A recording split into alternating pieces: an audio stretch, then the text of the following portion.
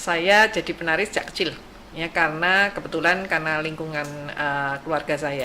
Artinya tari yang ditujukan untuk tujuan tertentu, khususnya memang untuk terapeutik, jadi menyembuhkan begitu ya.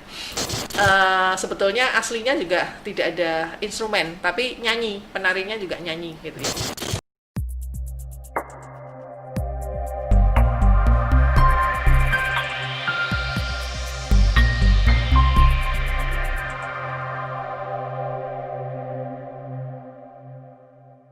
Ya, koordinasi juga ada di tarian Jogja, Jawa itu kan ada yang naik kendi ya, Mas.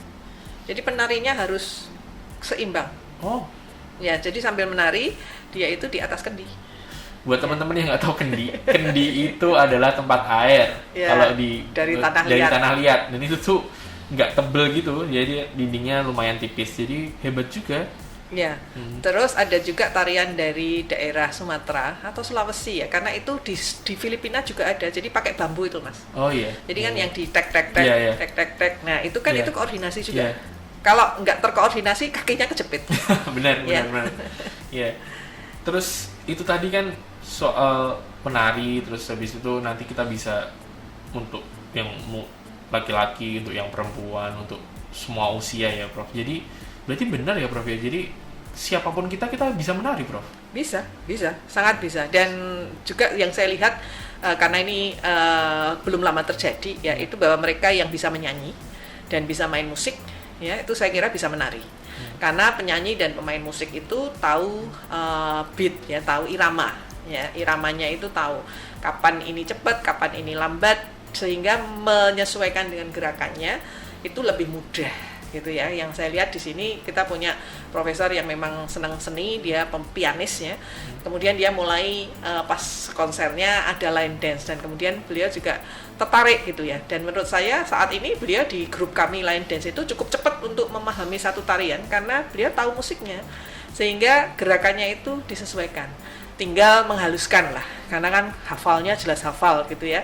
Cuman tarian itu perlu kehalusan. Cuman kan line dance itu kan juga salah satu sarana untuk olahraga ya, dalam tanda petik ini aktivitas fisik, sehingga kalau kita tidak lomba sih seenaknya aja, ndak perlu halus sekali gerakannya, ndak apa-apa. Tapi yang penting beatnya itu, iramanya itu bisa dilakukan. Tapi meskipun tidak bisa nyanyi, tidak bisa main musik, ya kalau mau pelajari bisa, pasti bisa. Ya mulai dari yang sederhana ini, teman-teman saya angkatan di psikologi ya ini karena suka kumpul juga, dan mereka karena tahu saya line dance mereka minta diajari, tapi mereka protes kalau yang susah gerakannya. Jadi yang gerakannya sederhana kalau di dunia line dance itu memang ada beginner, advance gitu ya. Jadi ini yang saya pilihkan yang beginner supaya mereka tidak kepontal-pontal. Kepontal-pontal itu apa? Ketinggalan. Susah ngejar gitu ya. Tapi saya lihat dari teman-teman yang tadinya nggak bisa nari sama sekali untuk line dance itu mengikuti irama itu akhirnya bisa juga gitu ya. Meskipun ya masih agak terbata-bata tapi bisa. Pada dasarnya semua orang bisa nari deh, selama punya kaki ya. Okay. Pada dasarnya semua orang bisa nari. Bisa. Wah, itu quotes yang harus saya catat nih ya, karena dulu nih waktu saya jadi mahasiswa kedokteran nih kayaknya kok kayak nggak ada waktu, atau mungkin jauh banget ya jadi dari dokter terus mau belajar nari gitu. Sebenarnya untuk mahasiswa kedokteran tuh bisa nggak ya, Prof ya, nari gitu? Sangat bisa. bisa. Kenapa enggak gitu ya? Karena menari sekarang Anda itu masuk di dunia 4.0 ya, digital 4.0, di mana semuanya tarian ataupun gerakan-gerakan itu ada di YouTube gitu ya. Jadi tinggal mengikuti ya, apalagi kalau komputernya besar gitu ya, screen-nya besar gitu ya. Tinggal mengikuti, dan mungkin mengikuti dari mulai yang beginner dulu gitu ya. Karena itu pun bisa dilakukan di kamar kos ya, di malam hari, asal memang kita pakai headset ya supaya tetangganya kos-kosan atau kalau itu di rumah ayah ibunya tidak terganggu. Dan pilihlah gerakan yang tidak terlalu rancak kalau malam hari karena suaranya, apalagi kalau kalian misalnya kamarnya di lantai 2 begitu ya, nanti akan menimbulkan kehebohan. Iya, gedebak-gedebuk. Gedebak-gedebuk. Jadi menurut saya bisa, tidak ada alasan untuk mahasiswa fakultas kedokteran nggak bisa nari. Meskipun kalau psikologi itu kami punya nyanyian, memang mahasiswa psikologi itu senang bernyanyi dan menari. Benar-benar kayak film salah satu negara ya, Prof, isinya cuma nari sama nyanyi itu. Ya, happy lah. Iya, happy. Tadi ada soal beat, soal penyanyi yang nanti mungkin lebih mudah untuk jadi penari. Tapi saya juga mau tahu nih Prof, kalau kita nari itu kan selalu ada musik tuh.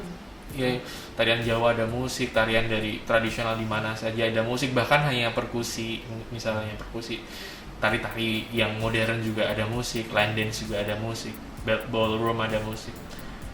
Ada nggak sih Prof, kalau dari musiknya dulu nih, dari musik sendiri terhadap pengaruhnya ke kesehatan mental gitu? Ya, ada. Jadi ada beberapa kajian, beberapa hasil penelitian yang memberikan laporan bahwa musik ini bermanfaat untuk bisa memberikan keterangan. Salah satu contoh, saya pernah membimbing mahasiswa S2 Magister Psikologi ya. Dia memberikan semacam resep gitu ya, ada dosisnya. Jadi pagi itu dengerin musik ini berapa lama, nanti siang berapa lama, dan ternyata berefek gitu ya. Kalau nggak salah itu pada hipertensi. Ya, tetapi musik-musik yang digunakan untuk pengaruh, terutama kalau untuk terapeutik, untuk terapi, itu adalah musik-musik yang biasanya satu instrumentalia. Jadi tanpa syair ya, jadi hanya musik saja. Dan itu kalau untuk di psikologi, beberapa terapi relaksasi menggunakan musik juga. Ya, untuk membawa si klien itu untuk membayangkan gitu ya, membayangkan atau memberikan ketenangan ya. Jadi memang efek musik terhadap mental ada, dan waktu saya hamil juga saya mendengarkan musik klasik, kebetulan saya bisa juga main musik ya. Jadi meskipun tidak secanggih teman kami, tapi saya bisa main piano gitu ya. Jadi musik klasik itu saya mendengarkan, dan menurut saya anak saya tenang gitu ya selama hamil, karena itu saya buktikan waktu saya mendatangi sebuah pesta yang musiknya hingar-bingar, itu perut saya, bayi saya waktu itu berontak gitu ya. Jadi tapi begitu sampai rumah dan saya ada bunyikan musik klasik lagi, tenang gitu ya. Dan bayi saya cukup sehat juga gitu ya, dan memang di kehidupannya juga senang musik akhirnya gitu ya. Jadi musik ini berefek. Kalau dari studinya banyak sudah yang menggunakan beberapa musik ini. Dan termasuk saya punya teman dulu waktu saya kuliah di Australia, dia memang mengambil spesialisasi untuk terapi untuk anak-anak berkebutuhan khusus, dan dia itu pianis, dan biasanya dia untuk anak autis ya. Jadi untuk lebih mengurangi ininya kan yang ADHD itu sangat gerakannya sangat impulsif ya.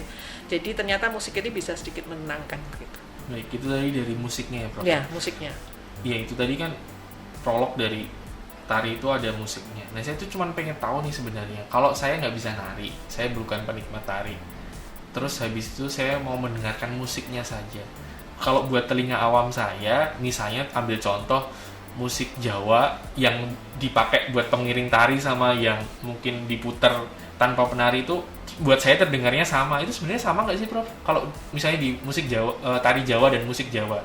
Ada yang memang diperdengarkan musiknya, karena beberapa yang untuk mengiringi tarian itu memang bisa didengarkan saja. Ya, bisa.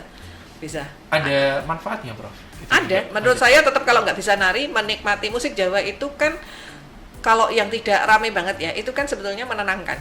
Ya, karena kan kalau anak-anak muda malah bilangnya marake ngantuk gitu ya, membuat mengantuk gitu ya. Tetapi sebetulnya itu adalah menenangkan. Baik, itu yang tradisional ya Prof? Yang tradisional. Kalau yang gaya baru, tari-tari kreasi baru, mereka juga suka masukin musik gitu.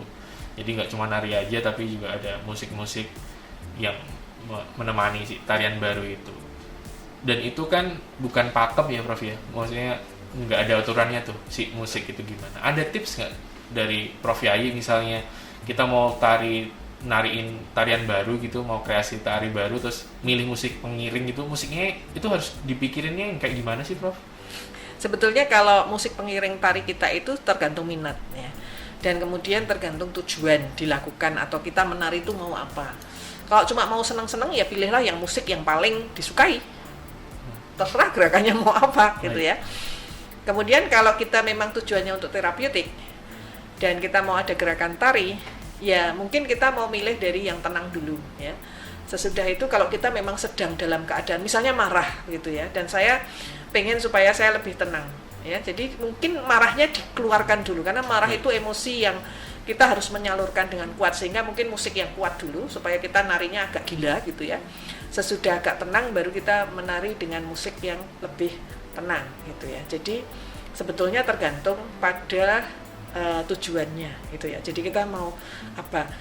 Dan menurut saya tarian ini juga disesuaikan dengan karakteristik kita gitu ya. Jadi seperti saya ini agak susah kalau menari yang sebetulnya yang tadi yang saya harus wajib itu saya susah. Saya lebih seneng tarian Jawa yang sebenarnya tarian yang untuk pria.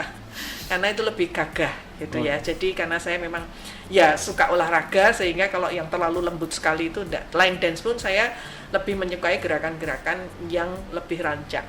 Dan saya tidak melakukan olahraga yoga karena menurut saya itu tidak cocok dengan pribadi saya. Baik. Jadi disesuaikan dengan kebutuhan, disesuaikan dengan preferensi pribadinya, Prof. Cuman kalau ngomongin preferensi pribadi tadi, apalagi ada line dance. Tahu saya line dance itu kan grup atau bisa sendiri juga, Prof? Sendiri juga enggak apa-apa. Ya, gitu. jadi ya itu memang lebih seru kalau grup, karena grup itu juga untuk membuat kita kekompakannya. Kemudian yang jelas kalau latihan itu kita juga ada kumpulnya, jadi ada fun-nya gitu ya. Tapi sendiri bisa, karena menurut saya dengan line dance itu saya sangat terbantu, karena saya sebetulnya tidak ingin melewatkan 150 menit per minggu itu ya. Jadinya saya kalau pergi dinas luar itu saya selalu membawa baju renang dan sepatu yang untuk olahraga. Nah, suatu kali saya ke Palembang dan itu asapnya lagi pekat. Jadi meskipun saya menginap di hotel yang ada kolam renangnya, saya nggak bisa renang karena ya sesak nafas. Sehingga saya di kamar dan untungnya wifi-nya bagus ya. Jadi saya bisa memutar YouTube dan saya bisa line dance. Bisa line dance? Bisa, sendiri. Di dalam kamar hotel? Di dalam kamar. Berarti nggak ada alasan dong mahasiswa-mahasiswa nggak olahraga? Oh, sangat tidak ada alasan. Kalau menurut saya sangat tidak ada alasan. Kalau tidak suka line dance, itu sekarang sudah banyak YouTube yang memberikan olahraga yang seperti gerakan di tempat, tetapi menarik dan ada lagunya. Seakan-akan menari, tapi sebetulnya ya hanya maju, mundur, kanan, kiri. Gerakannya mudah sekali. Dan itu 20 menit berkeringat. Beberapa teman saya memilih itu. Karena aku kalau ngapalin line dance males gitu ya. Ya sudah itu aja. Itu kayak ya sebenarnya kayak olahraga biasa cuman dikasih musik. Gitu. Itu kalau sendiri juga bisa, rame-rame juga bisa. Bisa. Kalau kelemahannya nih, Prof, kalau rame-rame itu apa sih, Prof? Apa itu isinya bagus semua sih rame-rame itu? Berolahraga rame, bukan berolahraga ya, menari sih dalam segi ini. Kalau rame-rame itu keuntungannya adalah kita memang bersosialisasi dan lebih fun, itu ya. Dan kemudian kalau tidak pakai virtual itu jelas tidak ada lag. kalau sebelum kita boleh line dance di kampus nih ya, karena sekarang udah boleh kan. Yang waktu kita COVID lagi awal-awalnya itu kan kita line dance dengan virtual ya. Dan itu kalau koneksi internetnya nggak bagus itu gurunya nggak begitu kelihatan karena putus. Nah, terus lagunya itu tiba-tiba lambat, tiba-tiba cepet, jadi nggak enak. Nggak enaknya cuma di situ sih. Tapi pada prakteknya sebetulnya olahraga dan menari itu bisa dilakukan di mana saja, kapan saja. Begitu. Jadi di masa pandemi kayak gini, kalau misalnya belum bisa di offline gitu, maksudnya ketemuan langsung atau mungkin berolahraga di luar ruangan secara langsung, dalam ruangan bisa dilakukan. Tetap bisa. Menari juga bisa jadi pilihan. Bisa. Di kamar hotel bisa, saya line dance. Benar. Jadi line dance. Kalau dari Prof Yayi soal menari ini tadi, soal aktivitas fisik, soal kesehatan mental kayak gini, ada nggak sih, Prof, yang misalnya mau disampaikan, mau sangat ingin digarisbawahi gitu buat teman-teman di mahasiswa kedokteran Indonesia? Ya, tadi kan kita sudah bahas banyak ya soal manfaat dari menari ini. Saya kira itu kan sangat dibutuhkan oleh mahasiswa kedokteran ya, konsentrasi, mengingat, itu kan hal-hal yang untuk pembelajaran kedokteran bagus. Jadi mulailah menari, karena menari itu bisa dipelajari. Dan meskipun tidak bisa main musik ataupun menyanyi, menari itu tetap bisa. Ya, dan saya kira anak sekarang itu lebih mudah untuk belajar lewat virtual ya. Jadi di situ sudah ada step-stepnya. Dan tadi yang saya bilang tadi bisa memilih kalau kombinasi yang tari dan olahraga tadi seperti senam aerobik, tapi sebenarnya bukan senam, tapi hanya bergerak saja. Tapi ada lagunya, itu sudah dibuat oleh beberapa orang di YouTube dan itu bisa untuk dilakukan. Kemudian kalau untuk menari tradisional ini saya sebetulnya juga menyarankan supaya tarian tradisional kita itu lestari dan tidak diklaim oleh negara lain gitu ya. Jadi ditarikan, diperkenalkan, dan banyak gerakan-gerakan tarian tradisional itu yang juga olahraga gitu ya. Saya kebetulan pas di Australia menari saman dan menari tarian dari Sulawesi, dari Sumatera gitu ya.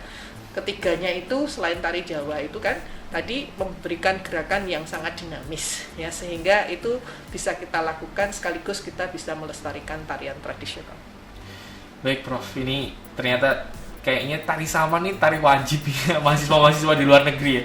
Kayak semua orang yang pernah sekolah di luar negeri itu pasti kalau cultural event tuh menarikan tari saman ya Prof ya. Ya, jadi, soalnya bisa nggak pakai musik, bisa kan hanya musik. dengan nyanyi. Dan itu melibatkan banyak orang. Iya, melibatkan banyak orang, dan kalau kompak itu bagus sekali. Bagus sekali. Ya. Jadi begitu teman-teman, ini obrolan kita tentang tari tradisional, manfaatnya untuk kesehatan fisik, sebagai aktivitas fisik, atau mungkin juga sebagai sarana untuk menyalurkan emosi, menyalurkan bakat juga sih sebenarnya. Cuman ini tadi kita lebih menggarisbawahi tentang untuk kesehatan mentalnya gitu. Dan untuk teman-teman, seperti yang dipesankan Prof Yayi tadi, jangan takut nih untuk belajar menari. Siapapun bisa belajar menari. Dan jangan juga terus berpendapat bahwa tari tradisional itu kuno dan gak keren, karena itu sangat keren. Harus dilestarikan dan juga memiliki banyak banget manfaat yang gak kalah dengan tari-tari yang sekarang lagi nge-hype. Begitu, Prof Yayi, ada yang mungkin mau ditambahkan lagi, ada yang ketinggalan gitu?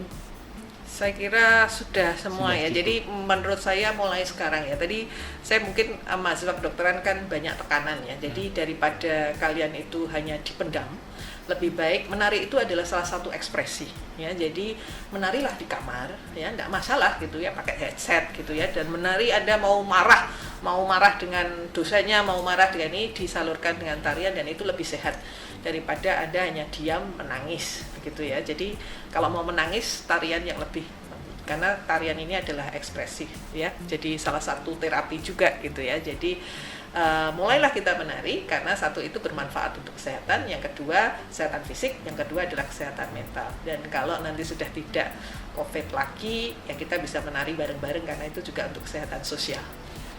Baik, terima kasih sekali Prof Yayi atas berbagi ilmu, berbagi pengalamannya untuk sesi podcast kali ini. Buat teman-teman juga semuanya, buat saya juga, buat teman-teman mahasiswa kedokteran seluruh Indonesia. Ini udah jadi penghujung acara, jadi saya mohon pamit. Mohon maaf kalau ada kesalahan dalam saya membawakan acara podcast kali ini. Terima kasih untuk teman-teman, terima kasih juga untuk Prof Yayi. Akhir kata, assalamualaikum warahmatullahi wabarakatuh.